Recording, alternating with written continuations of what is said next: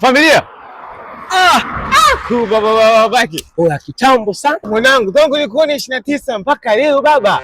Mwanangu, yani ile 29 ile. Basi umeiona ilivyokuwa? Sitaki kuongea sana. Sasa sikiliza. Niambie. Mwanangu, sibi nyamaze tu. Vipi lakini harakati? Fresh, kuna revenge bana. Revenge? Basi nguvulie kofia kwanza. Revenge? Hapo sasa cha ajabu. Pale 29 silikuwa ina mbili mbele. Ya leo haina mbili. 912. Yaani sijakuelewa. Kodi hizo babu, hatutoi zote. 912. Nachoka baba yenu. Yaje sasa ndio niambie. Mwisho wa mwaka. Wewe njoo. Ni wapi? Kama 29. Wapi? Tunachafua. Nini? Mimi nguo nimefua. Kuchafua nini? Mimi kama nguo zangu nishafua na safi. Kumbe umeshafua? Tunaenda tena kwenye party. Keki zipo. Wapi hiyo? Vifaa vyote vipo. Mbona kama siku leo unanichanganya? Kuna nini? Yaani unaona siku leo mnyooka. Yaani popote kambi bobu hiyo. Mbona unazunguka si useme kuna nini? Sipati. Tarehe ngapi wapi?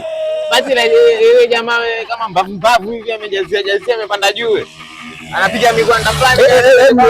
Weke sawa. Wapi? Mimi sijakuelewa wapi. Mimi kama tunaenda Arusha, tunaenda pote tunachafua. Tarehe ngapi?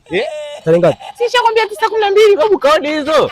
9:12? Kuanzia saa 1 mpaka saa 12 jioni. Nishaelewa kodi. Mjomba.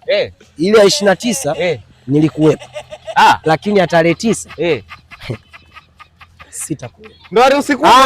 Mimi mjinga. Nachoka baba yenu. Kama si mwandambo. Nachoka.